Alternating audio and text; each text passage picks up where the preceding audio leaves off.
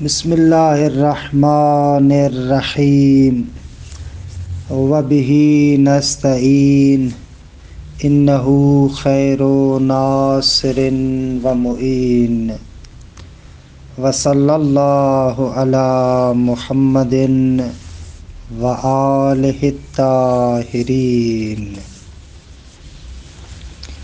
الحمدللہ، خداوند منان کے لطف و کرم سے ہماری گفتگو بدایت الحکمت کے 8ویں مرحلے میں ہے، اور یہ 8واں مرحلہ واحد اور کثیر کے بیان میں ہے۔ فصل اول کے اندر واحد و کثیر کی تعریف ہوئی اور اس نقطے کو بیان کیا گیا کہ وحدت اور وجود مساوک ہیں۔ اس کے بعد ایک مشہور اشکال ہوا اور اس اشکال کا جواب دیا گیا۔ فصل دوم میں جو دوسری فصل ہے، اس فصل میں مرحوم علامہ واحد کے اقسام بیان کرتے ہیں۔ مختلف تقسیمات ہیں کہ ان کو آہستہ آہستہ بیان کرتے ہیں۔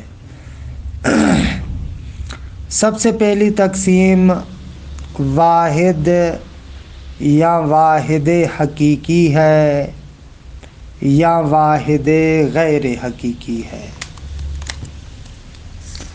اس تقسیم کو سمجھنے کے لیے ایک مقدمے کو سمجھنا ضروری ہے جو ہم مرحلے اول میں بیان کر چکے ہیں، لیکن یہاں پر پھر کیونکہ اس تقسیم میں اس مقدمے کی ضرورت ہے، مختصر وضاحت کرتے ہیں۔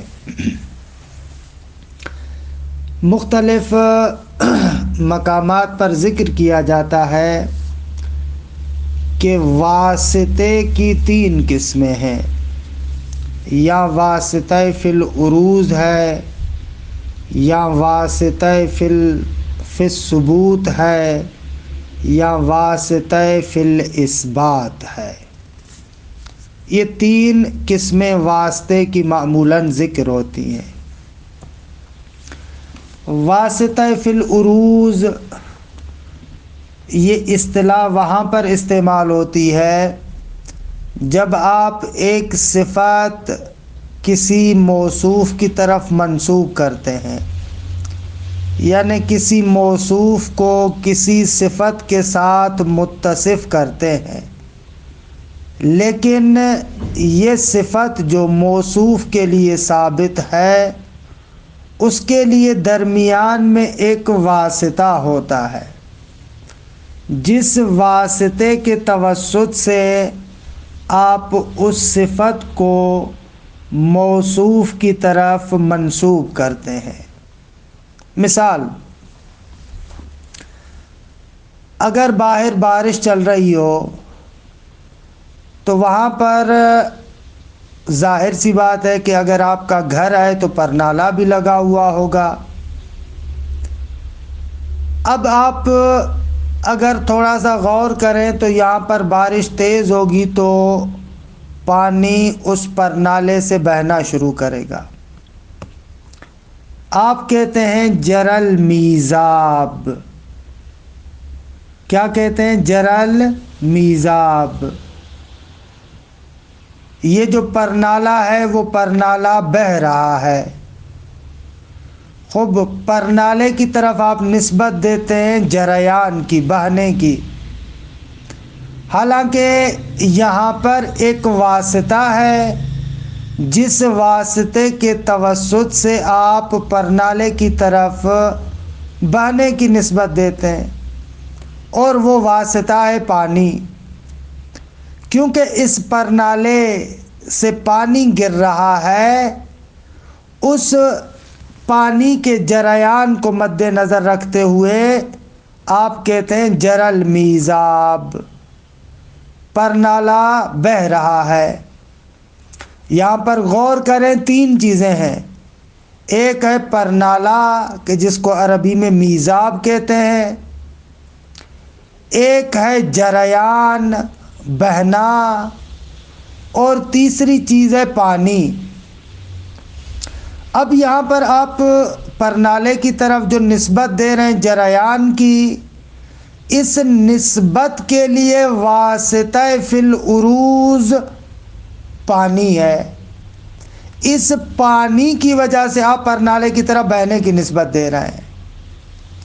اور واسطہ فی العروض کی خاصیت یہ ہوتی ہے کہ وہ صفت در حقیقت واسطے کی ہوتی ہے، لیکن آپ اس کو ذل واسطے کی طرف منسوب کرتے ہیں۔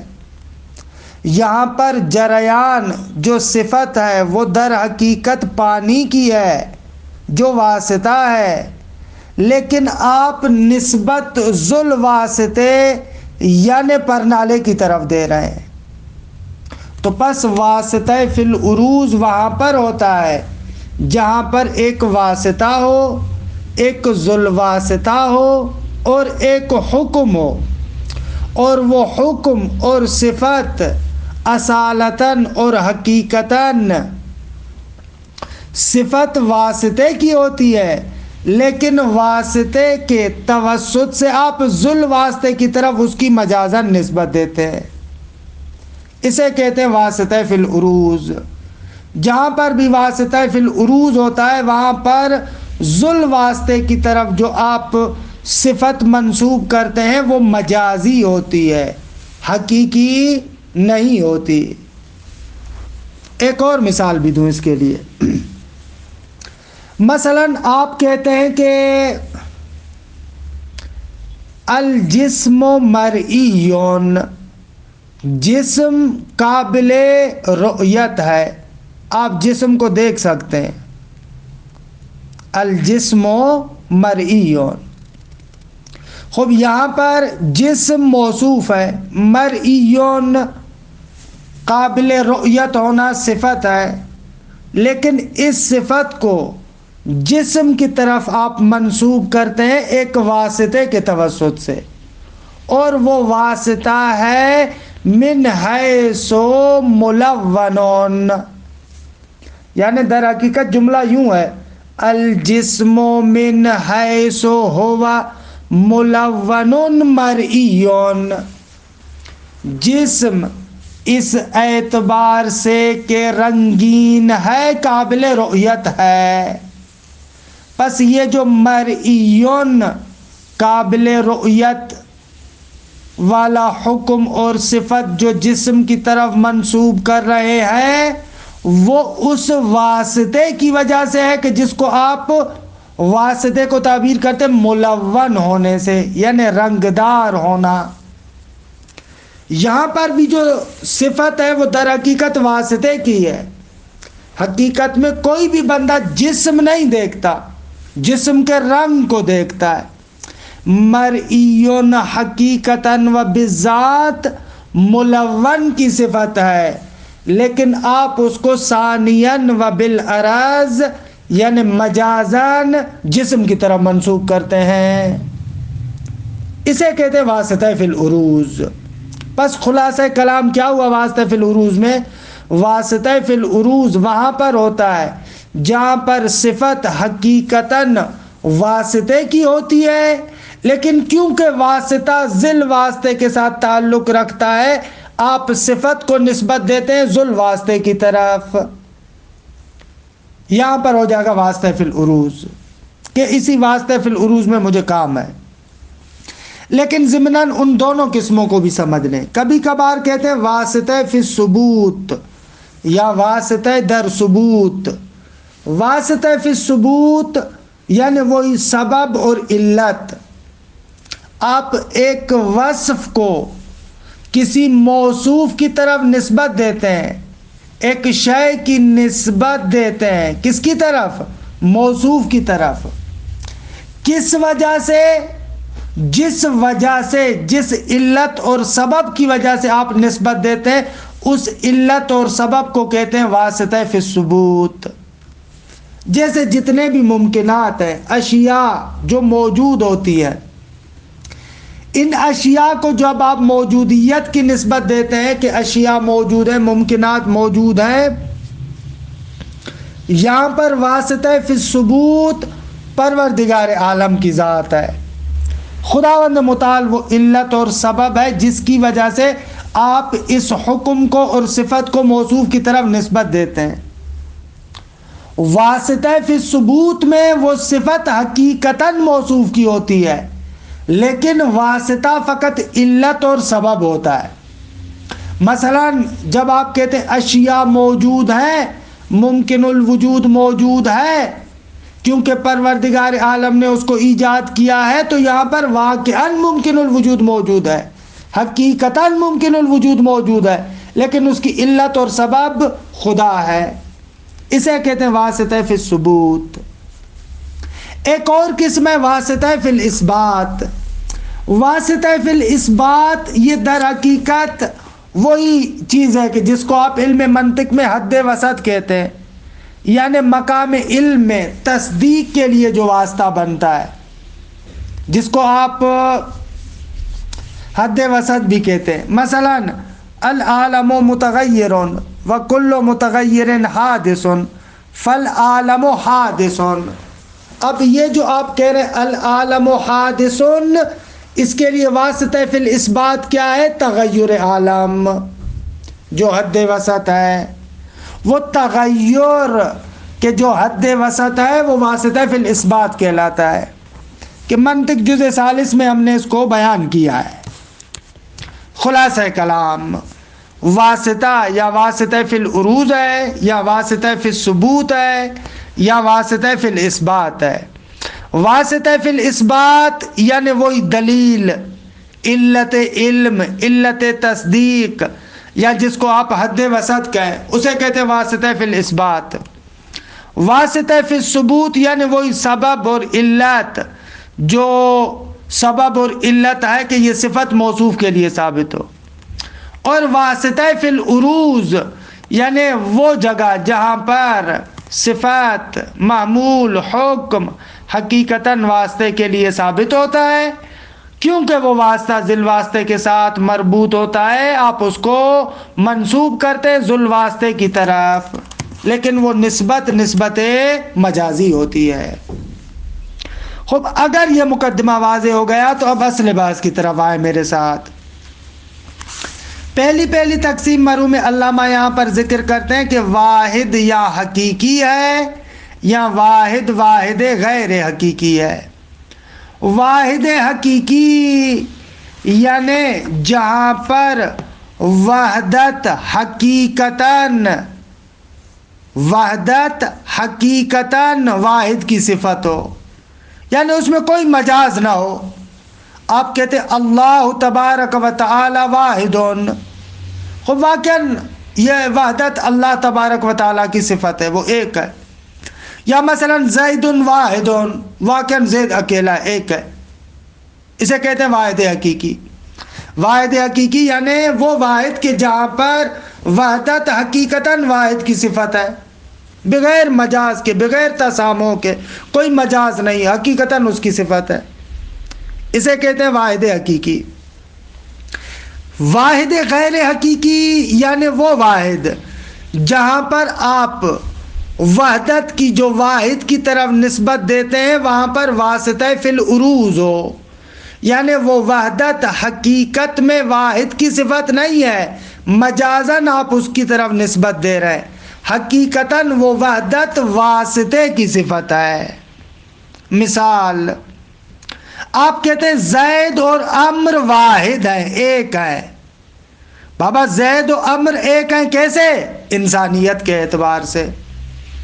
اب یہاں پر آپ نے زید اور عمر کی طرف وحدت کی نسبت دی، درست ہے، لیکن زید و عمر تو واحد نہیں ہے، زید جدا ہے، عمر جدا ہے، لیکن یہاں پر وحدت کی نسبت دیتے ہیں واسطہ فی العروض کی وجہ سے، کیونکہ یہ انسانیت میں شریک ہے، انسان ہونے کے اعتبار سے ایک ہے، لہذا آپ کہہ رہے ہیں کہ دونوں واحد ہیں۔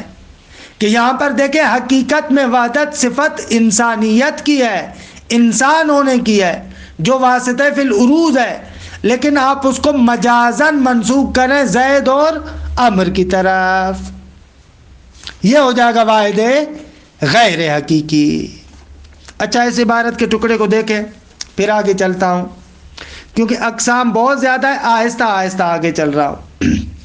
الفصل الثانی فی اقسام الواحد، فرماتے ہیں دوسری فصل واحد کے اقسام کے بیان میں۔ الواحد اما حقیقیون و اما غیر حقیقین، واحد یا حقیقی ہے یا غیر حقیقی ہے۔ والحقیقیو، واحد حقیقی کیا ہے؟ ما اتصف بالوحدت بنفسہ من غیر واسطۃ فی العروض، واحد حقیقی وہ کہ جو بذات بنفس ہی وحدت کے ساتھ متصف ہو۔ اگر بذات بنفس ہی وحدت کے ساتھ متصف ہو یعنی کیا؟ یعنی اس میں واسطہ فی العروض نہ ہو، واقعاً وہ واحد اس وحدت کے ساتھ حقیقتاً متصف ہو۔ کل انسان الواحد، جیسے آپ کہتے ہیں الانسان واحد، خوب یہ وحدت کی نسبت انسان کی طرف صحیح ہے، حقیقی نسبت ہے۔ وغیر الحقیقی یعنی والحقیقی وغیر الحقیقی، ایسے غیر حقیقی کیا ہے؟ بخلاف ہی، جو اس کے برخلاف ہے۔ مثلا کل انسان والفرس، اگر ہم کہہ رہے ہیں انسان اور فرس گھوڑا ایک ہے، خوب ایک ہے کیسے؟ المتحدین فی الحیوانیہ، کیونکہ حیوانیت میں دونوں کیا ہیں؟ متحد ہیں۔ میں نے زید و عمر کی مثال دی، مرحوم علامہ نے انسان اور فرس کی مثال دی۔ اچھا یہ ہو گیا واحد حقیقی اور واحد غیر حقیقی، پہلی تقسیم۔ اب آئیں ذرا واحد حقیقی کو تقسیم کرتے آگے۔ واحد حقیقی یا واحد حقہ حقیقیہ ہے یا واحد غیر حقہ حقیقیہ ہے؟ اب کس کی تقسیم کر رہے ہیں؟ واحد حقیقی کی۔ یا واحد حقہ ہے یا واحد غیر حقہ ہے؟ اچھا واحد غیر حقہ یعنی کیا؟ یعنی وہ واحد حقیقی کہ جہاں پر ایک شے وحدت کے ساتھ متصف ہو، درست ہے، لیکن وہ وحدت عین موصوف نہ ہو۔ مثال جیسے آپ کہتے ہیں الانسان واحدون، خوب انسان حقیقتاً وحدت کے ساتھ متصف ہوتا ہے لیکن وحدت اس کی صفت ہے، انسان جدا گانا شے ہے، درست ہے، اسے کہیں گے واحد غیر حقہ، یعنی موصوف غیر از وحدت ہے۔ واحد حقہ حقیقیہ اس واحد کو کہتے ہیں کہ جہاں پر واحد اور وحدت عین ہم ہو، یعنی ایسے نہیں ہے کہ وحدت اس واحد پر ایک صفت عرضی کی شکل میں ہو، نہ، صفت عرضی کی شکل میں نہیں ہے۔ اگر صفت عرضی یعنی کیا؟ صفت عرضی اس صفت کو کہتے ہیں کہ جو موصوف سے جدا ہو سکتی ہو، جیسے الانسان واحدون، وحدت انسان سے قابل انفکاک ہے، لیکن واحد حقہ اسے کہتے ہیں کہ جہاں پر وحدت عین موصوف ہو، وہ وحدت کبھی بھی موصوف سے جدا نہ ہو سکتی ہو، اسے کہتے ہیں واحد حقہ۔ پس واحد حقہ اور واحد غیر حقہ دونوں واحد حقیقی ہے، لیکن واحد غیر حقہ میں وحدت موصوف سے جدا ہو سکتی ہے، جبکہ واحد حقہ میں وحدت موصوف سے جدا نہیں ہو سکتی۔ دیکھیں عبارت کا یہ ٹکڑا، والواحد الحقیقی اما ذات متصفۃ بالوحدت، واحد حقیقی یا تو ایک ایسی ذات ہے جو وحدت سے متصف ہے، یعنی ذات جدا ہے اور وحدت ایک عرضی کی شکل میں اس پر عارض ہو رہی ہے۔ وَإِمَّا ذَاتٌ هِيَ نَفْسُ الْوَحْدَةِ، یا وہ واحد ایسی ذات ہے جو بذات خود وحدت ہے، یعنی کیا؟ یعنی وہ وحدت اس سے جدا نہیں ہو سکتی۔ الثانی، جہاں پر ذات نفس وحدت ہو، نفس وحدت ہو یعنی اس سے جدا نہ ہو سکتی ہو، ہی الوحدت الحقہ، یہی وحدت حقہ ہے۔ بس وحدت حقہ اور وحدت غیر حقہ میں ملاک اور معیار یہ ہے کہ آیا صفت وحدت اس ذات سے جدا ہو سکتی ہے یا صفت وحدت اس ذات سے جدا نہیں ہو سکتی۔ اگر نہیں ہو سکتی واحد حقہ، اگر ہو سکتی ہے واحد غیر حقہ۔ واحد حقہ کی مثال وحدت صرف من کل شے، ہم کافی مرتبہ اس کو بیان کر چکے ہیں کہ صرف شے خب لا یتثنیٰ ولا یتکرر، آپ صرف بیاض کو مد نظر رکھیں، کوئی بھی چیز اس کے ساتھ ملاوٹ نہ کریں۔ خوب صرف شے دیگے اس کی صفت وحدت حقہ ہے، کبھی بھی وہ اسے جدا نہیں ہو سکتی، صرف شے سے کبھی بھی وحدت جدا نہیں ہو سکتی، یہ واحد حقہ ہے۔ درست ہے، علامہ نے یہ مثال دی ہے۔ الثانی ہی الوحدت الحقہ كوحدت صرف من کل شیء وَإِذَا كَانَتْ عَيْنَ الذَّاتِ فَالْوَاحِدُ وَالْوَحْدَةُ فِيهِ شَيْءٌ وَاحِدٌ، اگر وہ وحدت واحد کے لیے عین ذات ہو، البتہ اس ذاتی سے مراد ذاتی باب برہان ہے کہ لوازم شے کو بھی شامل ہو جائیں گے۔ خوب اگر پہلی قسم مراد ہو یعنی ایک ایسی ذات کے جو وحدت سے متصف ہو، یعنی وحدت اس کے لیے عرضی ہو، فرماتے ہیں والاول هو الواحد غیر الحق، واحد غیر حقہ ہے، کل انسان الواحد۔ درست ہے، پس واحد حقیقی یا واحد حقہ ہے یا واحد غیر حقہ ہے۔ اچھا، اب آ جائیں واحد غیر حقہ کی تقسیمات۔ وحدت حقیقی ہے، واحد حقیقی ہے لیکن وحدت غیر حقہ ہے۔ خود کہتے ہیں کہ ایک لحاظ سے یہ واحد حقیقی یہ غیر حقہ دو قسموں میں تقسیم ہوتا ہے، یا واحد بالخصوص ہے یا واحد بالعموم ہے۔ واحد بالخصوص یعنی ایک خاص چیز، مثلا جیسے زید، درست ہے، یا مثلا ایک زید بلے ایک کتاب، خب یہ ایک خاص واحد، اس کو کہتے ہیں واحد بالخصوص۔ یا اس کو واحد عددی بھی کہتے ہیں کہ یعنی ایک ایسا واحد ہے اگر اس کے کنار میں ایک اور آ جائے تو عدد بن جائے گا، ایک ہے اس کے مقابلے میں دوسرا بھی رکھے تیسرا بھی رکھے، ایسے عدد بنتا جائے گا، اس کو واحد عددی بھی کہتے ہیں۔ پس واحد عددی وہاں پر ہوتا ہے جہاں پر واحد حقیقی ہے لیکن غیر حقہ ہے، وحدت عین ذات نہیں ہے، غیر حقہ ہے لیکن واحد بالخصوص ہے، درست ہے، اسے کہیں گے واحد بالخصوص۔ اس کے مقابلے میں واحد بالعموم ایک ایسا واحد ہے کہ جو عمومیت رکھتا ہے، اس کے اندر قابلیت ہے کہ بہت ساری چیزوں پر صادق آ سکے، جیسے نوع، جنس۔ خب مفہوم نوع میں یہ صلاحیت ہے کہ بہت ساری چیزوں پر صادق آئے، جنس میں بھی اسی طریقے سے، کہ یہ ہو جائے گا واحد بالخصوص اور واحد بالعموم۔ دیکھیں اس عبارت کو بھی، میں آہستہ آہستہ چل رہا ہوں تاکہ عبارت بھی روشن ہوتی جائے، اقسام بھی روشن ہوتے جائے۔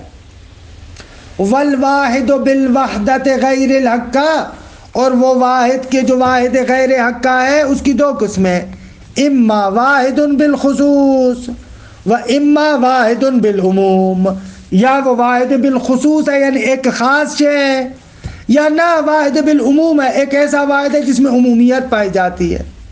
والاولو جو واحد بالخصوص ہے هو الواحد بالعدد، اس کو واحد بالعدد بھی کہتے ہیں۔ وَهُوَ الَّذِي يَفْعَلُ بِتَكَرُّرِهِ الْعَدَدَ، یہ واحد بالعدد وہی ہے کہ اگر اس کا تکرار کیا جائے تو عدد بنتا ہے۔ فلاسفہ کہتے ہیں کہ ایک عدد نہیں ہے، ایک کے تکرار سے عدد بنتا ہے۔ اگر ایک کو 2 مرتبہ تکرار کریں 2 بنے گا، یہ 2 عدد ہے۔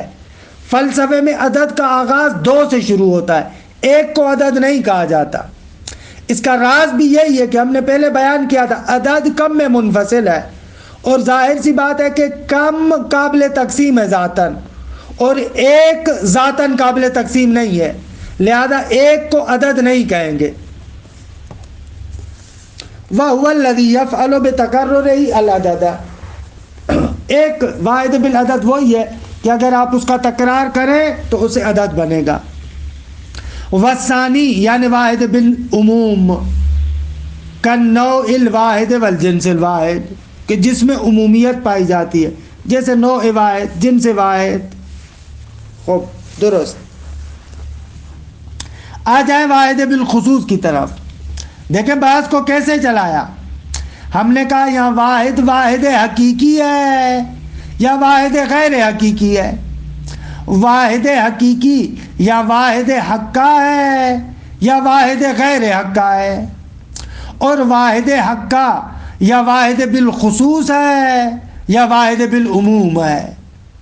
اب آتے ہیں واحد بالخصوص کو تقسیم کرتے ہیں آگے۔ کس کو تقسیم کرتے ہیں؟ واحد بالخصوص کو۔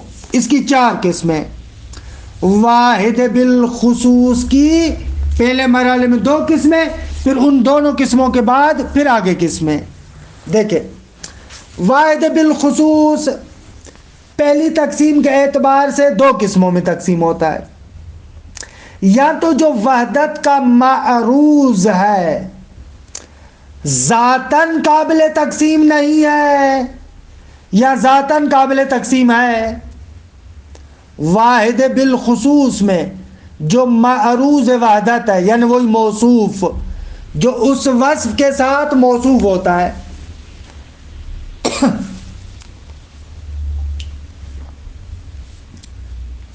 وہ ذاتاً یعنی چاہے وحدت کی صفت اس کے لیے ہو یا نہ ہو، خود وہ موصوف قابل تقسیم نہیں ہے، یا نہ اگر وحدت کی صفت سے قطع نظر کیا جائے تو قابل تقسیم ہے۔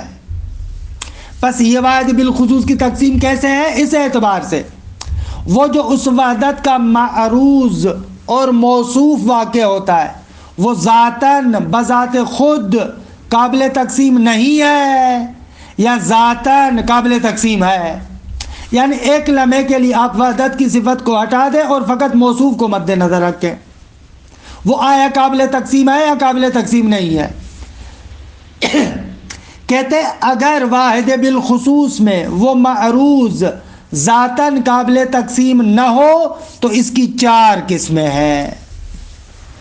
اچھا کیسے؟ اس طریقے سے وہ شے کہ جو واحد بالخصوص میں آپ معروض قرار دے رہے ہیں، آپ ایک لمحے کے لیے صفت وحدت کو چھوڑیں، وہ خود شے ذاتاً قابل تقسیم نہیں ہے۔ درست ہے؟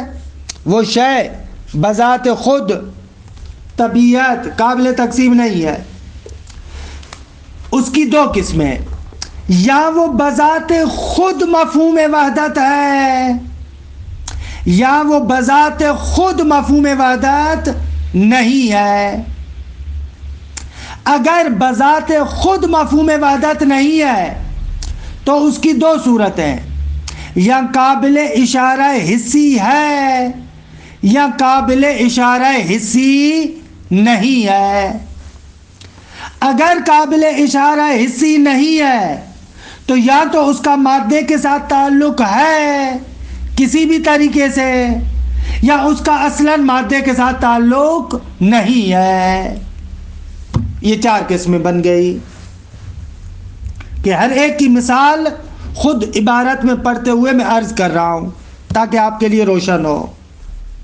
پس والواحد بالخصوص، جو واحد بالخصوص ہے اس کی 2 قسمیں، اما ان لا ينقسم من حیث الطبیعت المعروضۃ للوحدۃ ایضا کما لا ينقسم من حیث وصف وحدتہ واما ان ينقسم، یا تو وہ ایسا ہے کہ جس طریقے سے اس وصف وحدت کے لحاظ سے قابل تقسیم نہیں ہے، اسی طریقے سے خود معروض جو اس وحدت کے لیے معروض اور موصوف واقع ہو رہا ہے وہ بھی بذات خود قابل تقسیم نہیں ہے۔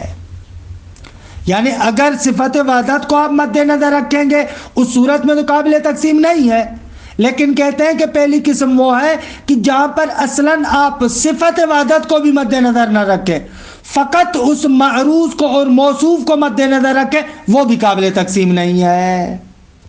وَإِمَّا أَن لَا يَنْقَسِمَ، یا تو وہ تقسیم نہیں ہوتا من حیث الطبیعت المعروضۃ للوحدۃ، اپنی طبیعت معروضہ یعنی وہی موصوفہ جو موصوف واقع ہوتا ہے، وہ جو وحدت کے لیے معروضہ ہے، وحدت کے لیے معروض واقع ہو رہا ہے، اس کے اعتبار سے بھی قابل تقسیم نہیں۔ ایضاً کہہ رہے ہیں اس لیے کہ وصف وحدت کے اعتبار سے تو قابل تقسیم نہیں ہے، لیکن بذات خود معروض بھی قابل تقسیم نہیں ہے۔ کما لا ينقسم من حیث وصف وحدت، جیسے وصف وحدت کے اعتبار سے قابل تقسیم نہیں ہے، اسی طریقے سے موصوف ہونے کے اعتبار سے کہ اصلاً اس صفت سے قطع نظر کریں پھر بھی قابل تقسیم نہیں ہے۔ وَإِمَّا أَن يَنْقَسِمَ، یا نہ معروض قابل تقسیم ہے لیکن اگر صفت کو اس کے ساتھ ملائیں گے تو قابل تقسیم نہیں ہے۔ آ جائیں پہلی صورت کی طرف، لا ينقسم کی طرف، معروض ہونے کے اعتبار سے قابل تقسیم نہ ہو، اس کی چار صورتیں۔ والاولو، یعنی جہاں پر معروض ہونے کے اعتبار سے بھی قابل تقسیم نہیں ہے، اما نفس و مفہوم الوحدت وعدم الانقسام، یا تو وہ بذات خود وحدت اور عدم انقسام ہے کہ آپ کہتے ہیں الوحدت واحد، وحدت ایک ہے یا نہیں ہے؟ الوحدت واحد، اس واحد کو جو صفت ہے اس سے قطع نظر کر کے فقط وحدت کو دیکھیں معروض کو، وہ بھی قابل تقسیم نہیں ہے۔ وَإِمَّا غَيْرُهُ، یا بذات خود نفس وحدت ہے یا غیر وحدت ہے۔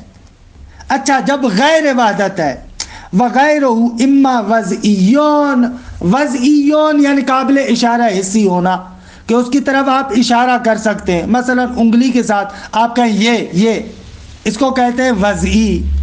وضع مقولات میں سے ایک قسم ہے کہ وہاں پر ایک معنی وہ پڑھا تھا، دوسرا معنی وضعی یعنی قابل اشارہ حسی جس کی طرف آپ اشارہ کر سکتے ہیں۔ اما وضعیون یعنی قابل اشارہ حسی ہے، کا نقطۃ الواحدہ، جیسے نقطہ واحدہ، آپ کہتے ہیں النقطۃ واحدۃ، نقطہ واحد ہے۔ اب بذات خود نقطہ قابل تقسیم نہیں ہے، چاہے واحد کو آپ دیکھیں یا نہ دیکھیں، خود نقطہ بھی قابل تقسیم نہیں ہے۔ البتہ یہاں پر نقطے سے مراد وہی معنی فلسفی مراد ہے۔ معنی فلسفی کیا ہے نقطے کا؟ معنی فلسفی یعنی انتہائے خط کو نقطہ کہتے ہیں۔ چھٹے مرحلہ آپ کو یاد ہونا چاہیے، ہم نے کہا ایک جسم طبیعی ہے اور ایک اس کا حجم ہے جو طول عرض عمق میں قابل تقسیم ہے جس کو جسم تعلیمی کہتے ہیں، اور دوسرا فقط طول و عرض میں قابل تقسیم ہے کہ اس کو سطح کہتے ہیں۔ ایک مرتبہ فقط طول میں قابل تقسیم ہے کہ اس کو خط کہتے ہیں، اور خط کے منتہی الیہ کو جہاں پر خط ختم ہوتی ہے وہاں پر کہتے ہیں نقطہ، نقطہ منتہی الیہ خط کو کہتے ہیں۔ یہ چھٹے مرحلے میں اقسام کمے میں تفصیلاً بیان کر چکا ہوں، لہذا اس کا تکرار نہیں کرتا۔ اب نقطہ اصلاً قابل تقسیم نہیں ہے، خوب جب قابل تقسیم نہیں ہے تو وحدت کو چھوڑ کر خود نقطے کو دیکھیں، وہ بھی قابل تقسیم نہیں ہے، اور وضعی بھی ہے۔ بلاخر اس منتہی الیہ خط کی طرف آپ اشارہ حسی کر سکتے ہیں، جہاں پر خط ختم ہوتا ہے اس کی طرف آپ اشارہ حسی کر سکتے ہیں۔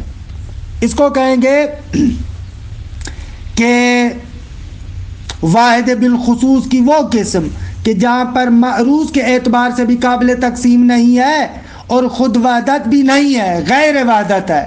خب غیر وحدت اشارہ حسی کو قبول کر رہی ہے۔